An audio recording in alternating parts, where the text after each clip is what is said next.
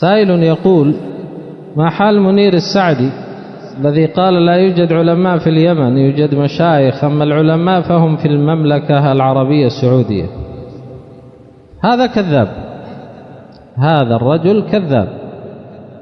منير السعدي لا أسعده الله ولا نور الله عليه، ليس منيرا ولا سعيدا، هو رجل مفتون حزبي، والحزبيون كما تعلمون يطعنون في علماء اليمن، وبعد أيام يطعنون في علماء المملكة، فليسوا حول العلماء لا في اليمن ولا غير اليمن.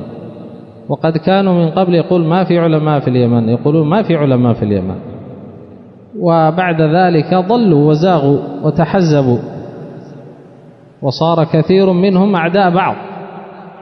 الآن صار بعضهم مع عبيد، وبعضهم مع ربيع، وبعضهم مع البخاري، وبعضهم مع كذا، وتركوا كبار أهل العلم وأهل العلم السلفيين وصاروا شذر مذر. فبارك الله فيك، لا تطعن هكذا جملة ما في علماء. أنت الآن تتهم بلدا كاملا تطعن فيه وفي علمائه، وما أدراك يا أخي، ربما يكون عالم ما أحد يدري به، ما هو ضروري أنك تدري بالعلماء، ما هو ضروري أيضا أن العالم لابد أن يكون مشهورا.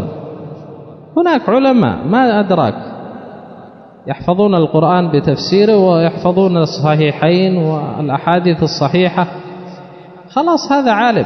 إذا كان عالم بشرع الله، عالم بالكتاب والسنة، ما تريد من وراء ذلك.